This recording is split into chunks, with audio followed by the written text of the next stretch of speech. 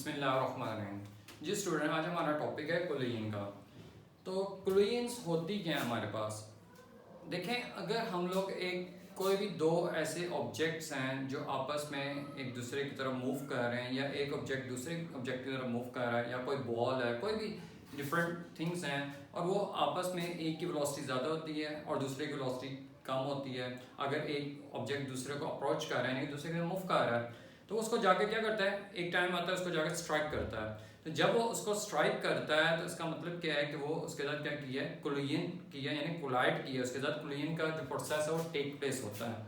कोई भी दो ऑब्जेक्ट्स हैं वो आपस में स्ट्राइक करते हैं, कोई भी दो थिंग्स हैं वो जब आपस में स्ट्राइक करती हैं तो हम क्या कहते हैं, they are collide with each other. तो वो क्या करते हैं, कोलाइड करते हैं। तो कोलिजन के अंदर होता क्या है बेसिकली, कि जब दो कोई भी ऑब्जेक्ट एक दूसरे से स्ट्राइक कर रहे होते हैं तो उसके अंदर फोर्स जो होती है वो वजूद में आती है। अब जो फोर्स है वो बहुत ही कम टाइम के लिए एक लार्ज फोर्स लगती है। जैसे एक बॉडी है आपके पास, ये एक बॉडी है, ये इस एक बॉडी ही है, ठीक है, ये इसको आकर एकदम इस तरह से आकर इसने स्ट्राइक की। तो देखें, अब इसकी वेलोसिटी क्या थी, अगर ये इसको आकर स्ट्राइक कर रही है तो इसकी वेलोसिटी ज्यादा होगी डेफिनेटली इससे, या ये बॉडी रेस्ट पे होगी, दो ही चीजें हो सकती हैं, और या ये बॉडी इसकी तरफ मूव कर रही होगी। सपोज करें कि ये बॉडी एक रेस्ट पे है, तो इसने आकर इसको स्ट्राइक किया। जब स्ट्राइक किया इसने इसको, तो ये वाली बॉडी जो है ये आगे मूव करनी शुरू हो जाएगी, और ये वाली बॉडी क्या होगी, वहां पर रुक जाएगी या स्लो डाउन हो जाएगी। या इन अदर केस क्या होगा कि अगर ये भी मूव कर रही है और ये भी मूव कर रही है, तो ये इसकी वेलोसिटी तेज है, ये आई और इसने आकर इसको स्ट्राइक किया। स्ट्राइक करने के बाद ये स्लो हो गई और देखें फिर दोबारा स्प्रेड हो गई। मतलब ये है इसका कि जब कोलिजन होती है हमारे पास तो उसके बाद क्या होता है हमारे पास, what will be the effect.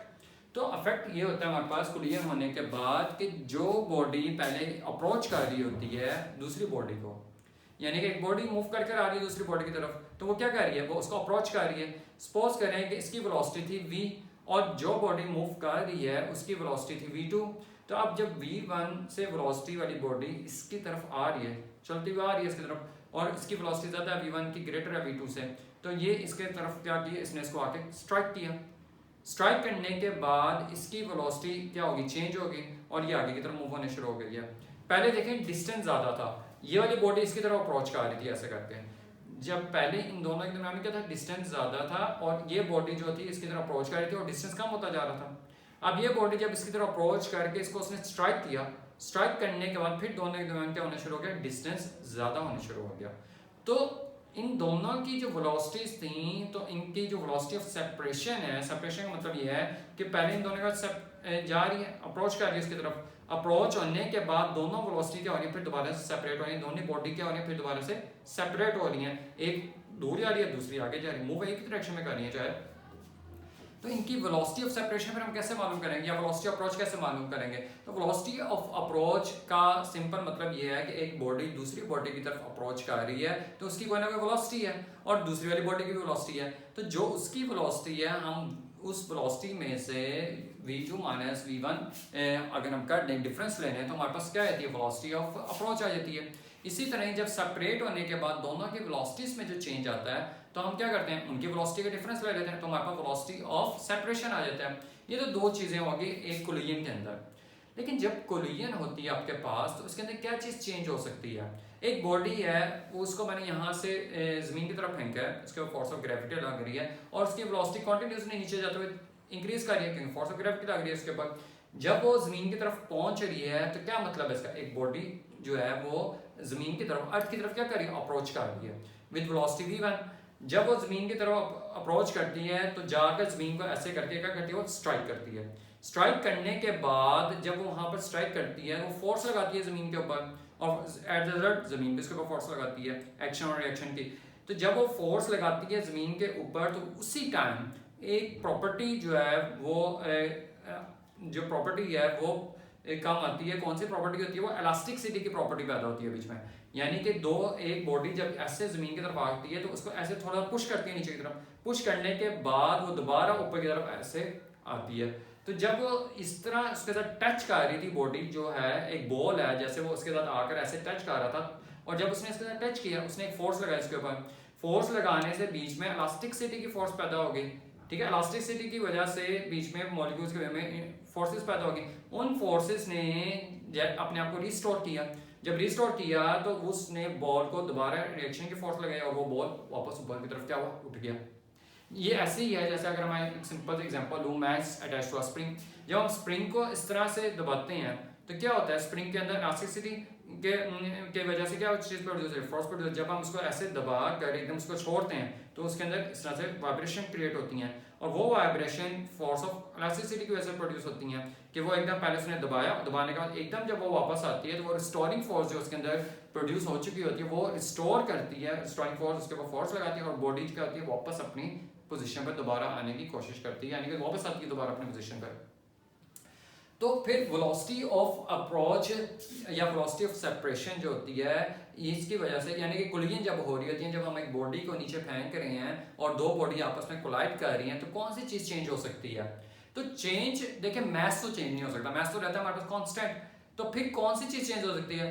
तो जो चेंजेस उसमें आती हैं, एक तो उसमें वेलोसिटी की चेंज आ सकती है, हो सकता है पहले उसकी वेलोसिटी हो 20 मीटर पर सेकंड, और जब आप आफ्टर द कोलिजन उसकी वेलोसिटी कम भी हो सकती है, ज्यादा भी हो सकती है।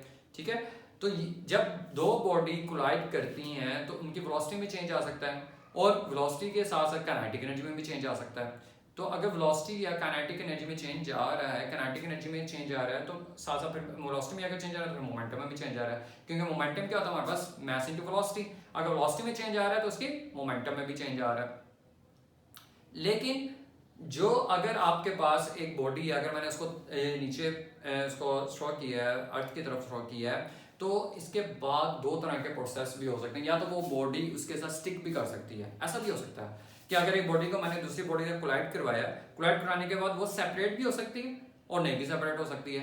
ये डिपेंड करता है कि हम कौन सी बॉडी ले रहे हैं, किस तरह का मटेरियल यूज कर रहे हैं। जैसे फॉर एग्जांपल अगर मैं एक आटा ले लेता हूँ, तो आटे को मैं एकदम नीचे फेंकता हूँ, ठीक है, तो जब मैं उसको नीचे फेंकता हूँ तो वो तस्मीन के साथ जाकर फौरन जुड़ जाएगा, ऐसे ऊपर की तरफ उठेगा नहीं। तो इसका मतलब ये है कि एक आटा जो है उसको मैंने कोलाइड करवाया अर्थ के साथ, यानी कि उसकी कोलिजन करवाई है, लेकिन कोलिजन के बाद सेपरेट नहीं हुआ, वहीं पर जाकर रख गया। इसलिए अगर मैं एक बॉल ले लेता हूँ, बॉल को मैंने अर्थ की तरफ फेंका तो वो अर्थ को जाकर स्ट्राइक किया, कोलाइड किया, कोलाइड करने के बाद वो क्या ऊपर की तरफ मूव किया। अब ये जब ऊपर की तरफ बॉल मूव कर रहा है तो ये दो तरीके से मूव कर सकता है, यानी दो यहाँ पर हमारे पास चांस होते हैं। या तो वो बॉल वापस उसी हाइट पे आ जाए जिस साइड से मैंने उसको फेंका, या तो बॉल जब हम उसको स्ट्राइक करें तो बॉल उस हाइट पे ना आए, यानी कि कम नीचे थोड़ा सा रह जाए। यानी कि यहाँ से आपने उसका बॉल को फेंका 20 मीटर पर सेकंड की वेलोसिटी से नीचे फेंका उस बॉल को, और जब उसने जाकर कोलाइड किया, ऐसे कोलाइड करने के बाद भी उसकी वेलोसिटी कितनी रही, 20 मीटर पर सेकंड, यानी कि उसकी वेलोसिटी में कोई चेंज नहीं आया। ठीक है, तो एक इस तरह की भी कोलिजन हो सकती है। लेकिन नॉर्मली जो हम प्रैक्टिकल लाइफ में देखते हैं उसमें यही होता है हमारे पास कि जब हम किसी बॉल को थ्रो करते हैं तो उसकी वेलोसिटी कम हो जाती है, ये डेली लाइफ में। और कई दफा अगर हम ज्यादा फोर्स लगाकर थ्रो करें तो बॉल को हम जितना ज्यादा फोर्स लगा थ्रो करते हैं, कई दफा वो यहाँ से अगर हमने थ्रो किया हो तो यहाँ के बजाय वो ऊपर चले जाती है बॉल, तो ऐसा भी मुमकिन होता है। तो बेसिकली ये जो कोलिजन्स को स्टडी करने का मकसद क्या है, इसका हमें क्या, हमारे लिए डेली लाइफ में हम लोग देखते हैं कि हर जगह पे हमारे पास कोलिजन्स हो रही हैं। आप देख लेते हैं कभी हमारे पास रोड्स के ऊपर कोलिजन्स होती हैं, कार एक दूसरे कार से टकरा जाती है, कोलाइड कर जाती है। इवन कि हमारे पास एयर पार्टिकल्स जो होते हैं एटमॉस्फेयर के अंदर वो एक दूसरे से कोलाइड कर रहे होते हैं। तो बहुत ज़्यादा जगहों में बहुत डिफरेंट जो आपके पास एरिया, वहाँ पर डिफरेंट जगहों में डिफरेंट टाइप्स की कोलिजन हमारे पास हो रही होती हैं। तो उन कोलिजन्स की वजह से क्या इफेक्ट पैदा होता है, जब कोलाइड करती हैं चीज़ें, आपस में मैसिव बॉडीज करती हैं, या आपके पास एक मैसिव है और एक दूसरी मैसिव बॉडी नहीं है, या दोनों सेम मैस की बॉडीज हैं और सेम वेलोसिटी से कोलाइड कर रही हैं, तो फिर इनके इफेक्ट क्या पैदा होते हैं, क्या उसके बाद कोलाइड करने के बाद इनकी वेलोसिटी में क्या इफेक्ट पैदा होता है। तो वो आज हम लोग स्टडी करेंगे कि कोलिजन कितने टाइप्स की होती है हमारे पास, और उसके बाद कोलाइड होने के बाद इनकी वेलोसिटीज में क्या इफेक्ट पैदा होता है। उस केसेस पे जाने से पहले सबसे पहले हम एक जनरल केस को डिस्कस करेंगे, जिसमें हम एक इलास्टिक कोलिजन की बात करेंगे, कि मतलब ऐसी कोलिजन की बात करेंगे जिसमें अगर मैंने किसी बॉडी को फेंका नीचे, या दो बॉडीज को आपस में कोलाइड कराया with velocity v1 and v2, तो उसके बाद जो उनकी वेलोसिटी ऑफ सेपरेशन है वो भी सेम रही है। यानी कि अगर मैंने 20 मीटर पर सेकंड से एक बॉडी को दूसरी बॉडी को कोलाइड करवाया है, तो उसके बाद उसकी वेलोसिटी फिर भी कितनी रही है, सेम वेलोसिटी रही है 20 मीटर पर सेकंड, उसकी वेलोसिटी में कोई चेंज नहीं आया। और ना वेलोसिटी में चेंज आया उसकी और ना ही उसकी काइनेटिक एनर्जी में चेंज आया है। तो हम सबसे पहले इस केस को हम स्टडी करेंगे, उसके बाद हम डिफरेंट केसेस पे जाएंगे कि अगर ऐसा केस ना हो, डिफरेंट केस हो, तो उसमें हम लोग कैसे स्टडी कर सकते हैं। ठीक है जी। तो अब मैं आप इसको दोबारा रिपीट करता हूँ क्योंकि अभी हमने इसको स्टडी करना है, हमने इस बात को प्रूव करना है इन इलास्टिक कुलियन के अंदर। इलास्टिक कुलियन का ये मैं अभी आपको बताता हूँ क्या किस कौन सी टाइप है ये कुलियन की। तो अभी हमने इस बात पे स्टडी करना है। स्टडी क्या करना है हमने कि एक बॉडी जो है आपके पास जब वो आके स्ट्राइक कर रही है तो उसकी वेलोसिटी ऑफ अप्रोच है समथिंग, और उसके बाद जब वो सेपरेट हो रही है तो उसकी वेलोसिटी ऑफ सेपरेशन है। तो अभी हम ये प्रूव करेंगे आज के टॉपिक में कि वेलोसिटी ऑफ अप्रोच इक्वल होती है वेलोसिटी ऑफ सेपरेशन के, बट इन ऑपोजिट डायरेक्शन में। यानी कि अगर आपने एक बॉल है उसको नीचे अर्थ की तरफ फेंका आपने, तो वो बॉल जो है किसी वेलोसिटी से अर्थ की तरफ क्या कर रहा है, अप्रोच कर रहा है, तो उसकी कोई ना कोई वेलोसिटी ऑफ अप्रोच है। और जब वो अर्थ को स्ट्राइक करने के बाद ऊपर की तरफ मूव करेगा तो वो अर्थ से क्या हो रहा है, सेपरेट हो रहा है। पहले वो अर्थ की तरफ क्या कर रहा था, अप्रोच कर रहा था, उसकी कोई ना कोई वेलोसिटी थी। अब वो अर्थ से क्या कर रहा है, सेपरेट हो रहा है, ठीक है, ऊपर की तरफ जा रहा है, तो इसकी वेलोसिटी ऑफ सेपरेशन भी है। तो velocity of separation equal in magnitude होना चाहिए किसके, वेलोसिटी ऑफ अप्रोच के। ठीक है, ये आज हम इस केस को स्टडी करेंगे और इसको हम लोग देखेंगे। ठीक है, तो अब आपको पता लग गया होगा कि वेलोसिटी ऑफ अप्रोच का मतलब क्या है और वेलोसिटी ऑफ सेपरेशन का असल मतलब क्या है। तो अब देखें, अभी हम कुलियंस पे बात कर रहे थे, तो कुलियन के होने की वजह से क्या क्या होता है, एक तो आपके पास क्या होता है कि मास आपके पास कांस्टेंट रहता है, वेलोसिटी चेंज हो सकती है, काइनेटिक एनर्जी चेंज हो सकती है, ठीक है, कुलियन की वजह से, और नहीं भी हो सकती है चेंज। और कुलियन की वजह से एक बॉडी उसको स्ट्राइक करके दूसरी बॉडी को सेपरेट भी हो सकती है और नहीं भी सेपरेट हो सकती है। ये मैंने आपको दोनों एग्जांपल्स इसकी बता दी हैं ऑलरेडी। ठीक है जी। तो कुलियंस से पहले हम टाइप पे चले जाते हैं कि कुलियंस की हमारे पास कौन कौन सी टाइप्स होती हैं। एक तो टाइप होती है हमारे पास कुलियन की इलास्टिक कुलियन,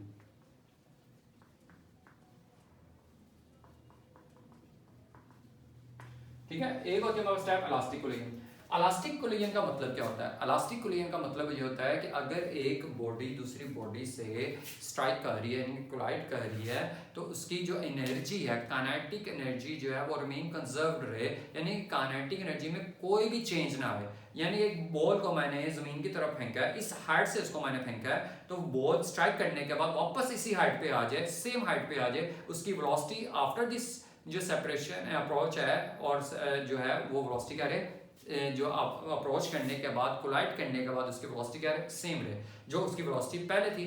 यानी कि वेलोसिटी ऑफ अप्रोच जो है वो वेलोसिटी ऑफ सेपरेशन के क्या रहे, इक्वल रहे। तो इसके अंदर आपके पास नंबर 1 जो है मोमेंटम जो है आपके पास कंजर्व रहता है, ठीक है, नंबर 2। और इसके अंदर आपके पास जो है काइनेटिक एनर्जी भी क्या रहती है, कंजर्व्ड। ठीक है जी, ये दो पॉइंट्स में क्या रहते हैं, कंजर्व रहता है। Momentum of the system remain conserve रहता है आपके पास, और काइनेटिक एनर्जी भी क्या रहती है इसमें, कंजर्व रहती है आपके पास। ठीक है, दूसरा जो पॉइंट होता है आपके पास, दूसरे जो कुलियन है, टाइप कुलियन, उसको हम कहते हैं इनइलास्टिक।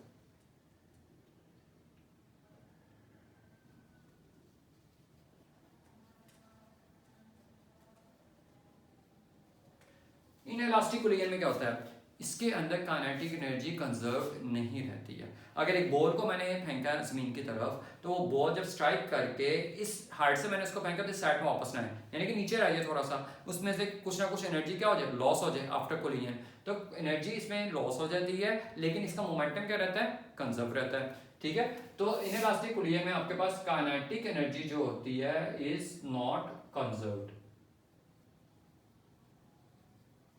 ठीक है, काइनेटिक एनर्जी में जो होती है, इसके जो एनर्जी होती है वो कंजर्व्ड नहीं रहती है, जबकि इसका मोमेंटम क्या है आपके पास, कंजर्व्ड रहता है। ठीक हो गया जी। अच्छा, इसके बाद जो तीसरा पॉइंट, तीसरे टाइप की हमारे पास कोलिजन होती है, वो कोलिजन होती है हमारे पास, अच्छा, इसमें जरूरी नहीं है कि वेलोसिटी ऑफ सेपरेशन बराबर हो वेलोसिटी ऑफ अप्रोच के, इसमें इक्वल नहीं होती, लेकिन इसमें वेलोसिटी ऑफ सेपरेशन इक्वल होती है वेलोसिटी ऑफ अप्रोच के। और आखिरी जो हमारे पास जो एक और टाइप की हमारे पास कोलिजन होती है उसको हम कहते हैं प्लास्टिक कोलिजन। इसमें approximately all the energy lost हो जाती है आफ्टर द कोलिजन। क्या होती है कि कोई भी जितनी भी काइनेटिक एनर्जी इसके अंदर होती है, जितनी भी इसके पास एनर्जी होती है, सारी क्या हो जाती है, लॉस्ट हो जाती है। यानी कि अगर मैंने आपको पहले भी एग्जांपल दी थी, एक आटा है आपके पास, उसको अगर आप नीचे एक फ्लोर पे इस तरह से जोर से फेंकते हैं या उसको स्ट्राइक करवाते हैं, फ्लोर के साथ कोलाइड करवाते हैं, तो फ्लोर के साथ जब वो कोलिजन होती है तो वहीं पर जाकर एकदम वो इस तरह से जम जाता है वहां पर जाकर, वहां से उसके बाद वो सेपरेट ही नहीं होता वहां से। तो ऐसी जितनी कोलिजन होती हैं उसको हम क्या कहते हैं, प्लास्टिक कोलिजन कहते हैं। इसमें all the energy is lost, all the energy lost, ठीक है जी। इसमें सारी की सारी जो होती है एनर्जी लॉस्ट हो जाती है, ठीक है। तो अभी जो आज हम लोग स्टडी करेंगे वो हम करेंगे इलास्टिक कोलिजन के बारे में स्टडी करेंगे, और हम लोग इसमें देखेंगे कि वेलोसिटी ऑफ अप्रोच जो होती है वो वेलोसिटी ऑफ सेपरेशन के क्या रहती है, इक्वल होती है। तो चलिए हम लोग इसको स्टार्ट करते हैं फिर हम। और ये जो हम लोग मोशन लेंगे ये ओनली वन डायमेंशन का लेंगे, वन डायमेंशन देखते हैं क्या होता है। देखें मैं इसको लिए एक एग्जांपल लेता हूँ। मेरे पास दो बॉल्स हैं, एक बॉल m1 जिसका मास है और एक बॉल है जिसका मास मेरे पास क्या है, m2 मास है, ठीक है। और ये दोनों एक स्ट्रेट लाइन पे क्या कर रहे हैं, मूव कर रहे हैं, और ये नॉन रोटेटिंग है कि आपस में स्पिनिंग नहीं कर रहे हैं। यानी कि एक बॉल आगे की तरफ मूव कर रहा है तो आपस में रोटेट नहीं कर रहा, अपने एक्सिस के दरमियान क्या कर रहा है, रोटेट नहीं कर रहा। क्यों नहीं रोटेट कर रहा है, क्यों ऐसा लिए, बस कर भी सकते हैं जब ये दो बॉल मूव कर रहे हो, लेकिन हम उस केस की हम एक कंडीशन लगा रहे हैं यहाँ पर कि ये नॉन रोटेटिंग है।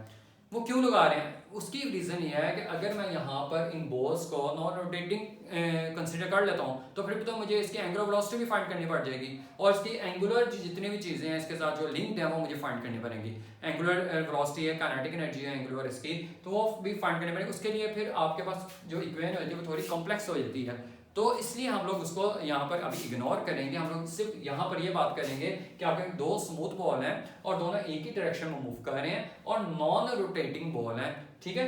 तो इसकी वेलोसिटी आप v1 कर लें और इसकी वेलोसिटी हमारे पास क्या है, v1 डैश है। ये अप्रोच कर रहा है इसकी तरफ, और जब ये दोनों बॉल आपस में कोलाइड की हैं, आपके पास ये दोनों बॉल क्या की आपस में कोलाइड कर गए हैं, एक टाइम आया ये दोनों बॉल ने आपस में कोलाइड कर लिया, ठीक है, m1 m2। कोलाइड करने के बाद ये बॉल m2 आपके पास इधर मूव कर रहा था और ये जो m1 है आपके पास यहाँ पर मूव कर रहा है, और इनके दरमियान जो डिस्टेंस है वो इंक्रीज करने शुरू हो गया, ठीक है। तो इसकी जो वेलोसिटी थी v1 डैश होगी और इसकी वेलोसिटी आपके पास v1 इसको v2 कर लेते हैं, आसान हो जाएगा हमारे लिए, और ये v2 डैश होगी और ये हमारे पास v1 डैश होगी, ठीक है जी। तो v1 वेलोसिटी है मास 1 बॉल की, यानी कि बॉल 1 की वेलोसिटी है, v2 वेलोसिटी है बॉल 2 की वेलोसिटी जिसका मास 2 है।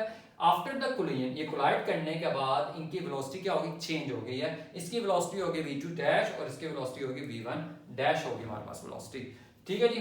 तो ये क्या हो रहा है, ये सेपरेशन हो रही है और ये क्या हो रहा है, अप्रोच हो रहा है, यानी कि ये v1 वेलोसिटी के साथ इसकी तरफ क्या कर रहा है, अप्रोच कर रहा है, और आफ्टर कोलिजन हमारे पास ये दोनों क्या कर रहे हैं, सेपरेट कर रहे हैं। तो अब देखें हमने law of conservation of momentum हमने स्टडी किया था, और स्टडी से हमने एक फॉर्मूला किया था, यानी कि m1 v1 plus m2 v2 equal होते हैं हमारे पास m1 v1 dash plus m2 v2 dash, ठीक है जी, ठीक। तो ये हमने ड्राइव किया था फॉर्मूला, लास्ट लेक्चर में भी आपको ये मिल जाएगा। उसमें हमने ये क्या किया था कि ड्राइव किया था, किस तरह से किया था मैं थोड़ा सा एक दो मिनट में आपको एक्सप्लेन कर देता हूँ, उनके लिए जिन्होंने ये वीडियो नहीं देखी थी या ये लेक्चर नहीं सुना था मेरा।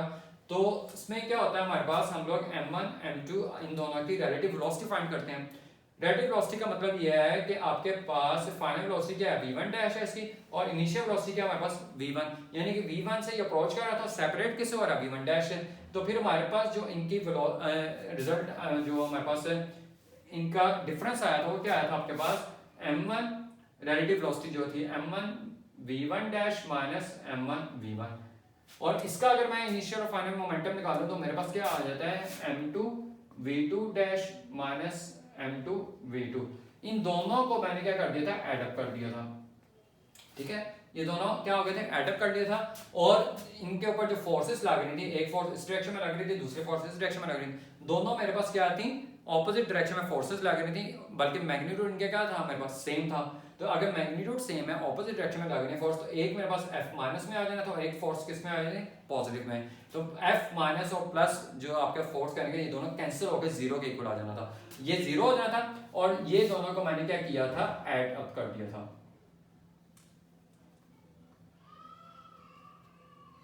ये दोनों इक्वेशन क्या कर दी हमने, एडअप कर दी, और ये आ गया आपके पास m2 v2, और माइनस वाली टर्म्स उधर चली गई, जीरो के इक्वल के उस तरफ ले गए, तो इक्वल के उस तरफ ले गए तो आपका m1 v1 plus m2 v2 इधर आ गया था, m1 v1 dash plus m2 v2 dash. ये देखें ये माइनस वाली टर्म है आपके पास, और ये आपके पास कौन सी टर्म है, माइनस वाली m2 v2, ये माइनस वाली टर्म है। ये दोनों टर्म में इक्वल के उस तरफ ले गए m1 v1 और प्लस m2 v2, इक्वल के उधर लेके जाए तो इनका साइन चेंज हो जाता है, तो इक्वल के तरह। ये ड्राइव मैंने किया था लास्ट लेक्चर में, जो मैंने यहाँ पर इक्वेशन आपके सामने लिख दिया। इसका मतलब क्या था, इसका मतलब था कि total momentum of the system क्या रहता है, रिमेन कंजर्व रहता है, बिफोर कोलिजन और आफ्टर द कोलिजन जो भी मोमेंटम होता है बॉडी का वो क्या रहता है, सेम रहता है आपके पास, ठीक है। तो फिर हमने ये इक्वेशन वहां से दी है आपके पास law of conservation of momentum से। अच्छा, अब आपके पास ये जो है m1 v1 आ गया आपके पास v1 डैश, अब ये अप्रोच कर रहा है उसकी तरफ। अब देखें यहां से मैं जरा इसको रीअरेंज कर लूं इक्वेशन को, तो मैं 1 वाली जो टर्म्स है वो एक तरफ ले जाता हूं और 2 वाली टर्म्स को एक तरफ ले जाता हूं, तो ये मेरे पास आ जाएगा m1 v1 minus m1 v1 dash. ये वाली जो टर्म है ये इसको मैं इस तरफ ले आया हूं तो माइनस हो जाएगा इक्वल के जब इधर आएगा, और ये प्लस में है तो इधर आके क्या हो जाएगा मेरे पास, माइनस हो जाएगा, तो m2 v2 dash minus m2 v2। इसमें से देखें m1 कॉमन है, दोनों में m1 है, तो m1 को मैं बाहर निकालें और v1 minus v1 dash is equal to आपके पास आ जाएगा m2, यहां से कॉमन निकाल लें तो आपके पास आ जाएगा v2 डैश माइनस v2, ठीक हो गया। इसको हम इक्वेशन नंबर 1 का नाम दे देते हैं। अब बात यहाँ पर यह हो रही थी कि अगर मैं इलास्टिक कोलिजन की बात कर रहा हूँ, तो इलास्टिक कोलिजन में मैंने आपको दो चीजें बताई थी, एक तो मोमेंटम भी क्या रहता है, कंजर्व रहता है आपके पास, और दूसरा आपके पास काइनेटिक एनर्जी भी क्या रहती है, रिमेन कंजर्व रहती है, काइनेटिक एनर्जी भी चेंज नहीं होती है। इसका मतलब ये है कि before the collision kinetic energy of the two balls remain is equal to the after the collision of the kinetic energy of two balls, यानी कि जो पहले काइनेटिक एनर्जी है दोनों बॉल्स की, जो स्ट्राइक करने से पहले, कोलाइड करने से पहले, वो इक्वल होगी आफ्टर द कोलिजन, कोलाइड करने के बाद भी जो उनकी काइनेटिक एनर्जी है उसके क्या होगी, इक्वल होगी। तो फिर हम काइनेटिक एनर्जी की इक्वेशंस भी लिखने रहते हैं, तो काइनेटिक एनर्जी की जो इक्वेशन है हमारे पास, energy also conserved before and after the collision, ठीक है जी। तो काइनेटिक एनर्जी क्या होती है बिफोर कोलिजन, हमारे पास क्या थी 1/2 मास 1 की है, तो आपके पास देखें यहां से मास 1 m1 और v1 का स्क्वायर, क्योंकि हाफ mv स्क्वायर होता है आपके पास, तो मैंने मास 1 की वेलोसिटी ले ली और मास 1 ने लिया बॉल 1 का जो है, और साथ उसकी वेलोसिटी v1 को लिख लिया यहाँ पर, प्लस आपके इसी इक्वेशन को देखें ना आप, ये वाली जो इक्वेशन मैं लिख रहा हूँ, इसी को इक्वेशन को देखें, इसी को मैं रीराइट कर रहा हूँ in the form kinetic energy. देखें m1 v1 यहाँ पर मैंने जस्ट स्क्वायर ले लिया और यहाँ पर हाफ ले लिया, प्लस अब देखें यहाँ से 1/2 ये m2 आ गया वैसे सेम उसी तरह, और v2 का क्या आ जाएगा आपके पास, स्क्वायर आ जाएगा, इक्वल है आपके पास 1/2 m1 v1 डैश का square plus 1/2 m2 v2 dash का स्क्वायर। इसी टर्म को मैंने दोबारा लिखा, देखें 1/2 और यहाँ पर स्क्वायर बस करता गया, तो आपके पास ये काइनेटिक एनर्जी की फॉर्म भी आ जाएगी आपके पास, ठीक है। अगर हम इसको रीअरेंज कर लें जैसे हमने इसको रीअरेंज किया था, तो आप देखें आपके पास ये आ जाएगा 1/2 m1 v1 का स्क्वायर, 1 वाली टर्म एक तरफ है, ये 1 वाली टर्म है और ये 1 वाली टर्म है, तो इसको इक्वल से मैं जब इधर लेकर आऊंगा तो ये मेरे पास बन जाएगी 1/2 m1 v1 डैश का स्क्वायर इक्वल, ये प्लस है तो इधर आ जाएगी, माइनस वाली टर्म में आ जाएगा, तो आपके पास ये आ जाएगा 1/2 m2 v2 डैश का स्क्वायर माइनस 1/2 m2 v2 का स्क्वायर। अब ये देखिए ये प्लस वाली टर्म को मैं इस तरफ ले आया और ये वाली इस तरफ आ गई आपके पास। अब यहां से मैं 1/2 को अगर मैं कॉमन निकाल लूं और साथ m1 भी आपके पास कॉमन आ जाता है, चलिए पहले मैं 1/2 को कॉमन, देखिए 1/2 यहां से कॉमन आ गया तो आपके पास अंदर बच गया v1 का square minus m1 v1 dash का स्क्वायर इज इक्वल टू 1/2 यहां से कॉमन आ गया, ये आपके पास बच गया m2 v2 डैश का स्क्वायर माइनस m2 v2 का स्क्वायर। अब ये 2 इधर डिवीजन हो रहा है इक्वल्स के इधर, ये उधर जाके मल्टीप्लाई होगा तो मल्टीप्लाई होने का 2 से क्या हो जाएगा कैंसिल, तो इसको मैं यहां से वैसे कैंसिल कर देता हूं, ये आपके पास क्या हो गया कैंसिल हो गया, तो वैल्यू आपके पास जो बची है वो बची है m1 v1 का square minus m1 v1 dash का स्क्वायर इक्वल आपके पास m2 v2 डैश का स्क्वायर माइनस m2 v2 का स्क्वायर। अब यहां से m1 को कॉमन निकाल लेते हैं। m1 कॉमन आ गया आपके पास, v1 का स्क्वायर माइनस v1 डैश का square equal to m2 common निकाल लें यहां से, और v2 डैश का स्क्वायर माइनस ये आ गया आपके पास v2 का स्क्वायर। ठीक हो गया, ये आपके पास क्या आ गई, इक्वेशन आ गई। इसको अगर हम और मॉडिफाई करें तो हम यहां पर करते हैं इसको मॉडिफाई फर्दर। अच्छा, तो ये देखें कि यहां से हम लोग इसको थोड़ा सा और मॉडिफाई करते हैं। तो आपके पास ये इक्वेशन मैं दोबारा लिख देता हूं, v1 का स्क्वायर माइनस v1 डैश का square is equal to m2 v2 dash का स्क्वायर माइनस v2 का स्क्वायर। ठीक हो गया जी। अब ये देखें यहां पर ये a square minus B square का फॉर्मूला लग रहा है। फॉर्मूला क्या होता है, a square minus B square equal होता है आपके पास a plus B into a minus B. ठीक है, अब इस पे मैं फॉर्मूला लगाता हूं। इसका जो फॉर्मूला आपके पास लगेगा, ये देखें a square minus B square, यहां पर a क्या मेरे पास v1, b क्या मेरे पास ये मैं लिख देता हूं, b मेरे पास v1 डैश है, a मेरे पास v1 है। तो इसका फॉर्मूला जो मैं अप्लाई करूंगा तो ये आ जाएगा v1 plus v1 dash into v1 minus v1 dash, a plus B a minus B, a plus B a minus B बराबर होता है a square minus B square के। तो a plus B a minus B equal होता है a square minus B square के। ये यहाँ पर फॉर्मूला लगा दिया आपने, और यही सेम इसी तरह आप फॉर्मूला को यहाँ पर भी अप्लाई कर दें तो ये आपके पास जो फॉर्मूला बनेगा वो बनेगा v2 डैश प्लस v2 और v2 डैश माइनस v2। ठीक है जी, a plus B into a minus B आपके पास आ गया, ये a plus B into a minus B, a plus B into a minus B, क्योंकि a square minus b square आपके पास यहाँ पर भी मौजूद है। ठीक हो गया, अब इसको हम इक्वेशन नंबर किसका नाम दे देते हैं, इक्वेशन नंबर 2 का नाम दे देते हैं। ठीक है, अब आपके पास इक्वेशन नंबर 1 भी आ गई, इक्वेशन नंबर 2 भी आ गई। अब हम क्या करते हैं, अब हम इसको डिवाइड करते हैं इक्वेशन 2 बाय इक्वेशन 1। तो आपके पास इक्वेशन आ जाती है m1 v1 plus v1 dash v1 minus v1 dash is equal to m2 v2 dash plus v2 और v2 डैश माइनस v2 आपके पास आ जाती है। ठीक हो गया, अब ये जो इक्वेशन है इसको मैंने डिवाइड कर दिया। डिवाइड किससे करना है हमने, इस इक्वेशन से, इक्वेशन नंबर 1। तो इक्वेशन नंबर 1 आपके पास है m1 v1 minus v1 dash, इसके इक्वल करें हम m2 v2 dash minus v2। ये वाली जो इक्वेशन है इससे मैंने क्या किया, इसको डिवाइड कर दिया। देखें राइट हैंड साइड इसकी मैंने राइट हैंड साइड के साथ लिख दी है, और राइट हैंड साइड के साथ लिख दी, और लेफ्ट हैंड साइड मैंने इसकी लेफ्ट हैंड साइड के साथ लिख दी है। दोनों साइड्स को मैंने नीचे डिवीजन कर दी। अब ये देखें यहां से m1 से कैंसिल हो गया, m2 से कैंसिल हो गया, v1 डैश ये सेम है, ये भी कैंसिल हो गया, और ये भी सेम है आपके पास, तो ये भी कैंसिल हो गया। तो आपके पास बचा क्या है, लेफ्ट क्या हुआ आपके पास, v1 plus v1 dash equal to v2 dash plus v2। ठीक है, और अगर मैं इस v2 को इधर लेकर आऊं, v1 माइनस v2 बन जाएगा आपके पास, और v2 डैश जो है आपके पास माइनस v1 डैश आ जाएगा। और अगर मैं इसमें से माइनस को कॉमन निकाल लूं तो v1 माइनस v2 आ जाएगा। माइनस को जब मैंने कॉमन निकाला तो ये प्लस में था, किसमें चेंज हो गया, माइनस में चेंज हो गया, और ये प्लस माइनस था, किसमें चेंज हो गया, प्लस में चेंज हो गया। ठीक है, अगर मैंने -1 को कॉमन निकाल दिया तो अब इसको मैं रीअरेंज थोड़ा कर देता हूं, इसको मैं इधर लिख देता हूं और इसको मैं इधर पोजीशन चेंज करूंगा जस्ट। तो ये v1 dash minus v2 dash, देखें माइनस है, ये भी माइनस में है, ये प्लस में है, तो ये भी किसमें है आपके पास, प्लस में है, ये भी किसमें आ गया आपके पास, प्लस में आ गया, और साथ माइनस वैसे ही आ गया आपके पास। ये किसके बराबर है, v1 माइनस v2। ठीक है, यहां से ये पॉइंट मैं दोबारा रिपीट कर रहा हूं, आपके पास यहां से ये लेफ्ट हुआ था v1 plus v1 dash v2 dash plus v2 dash. तो यहां से देखें आपके पास या v2 को मैं इस तरफ ले आया हूं, v1 माइनस v2। क्यों मैं इधर लेकर आया हूं, क्योंकि जो आपके पास बॉल थे, ये वेलोसिटी किसकी है, फर्स्ट बॉल की, ये वेलोसिटी किसकी थी, बॉल 2 की थी बिफोर कोलिजन।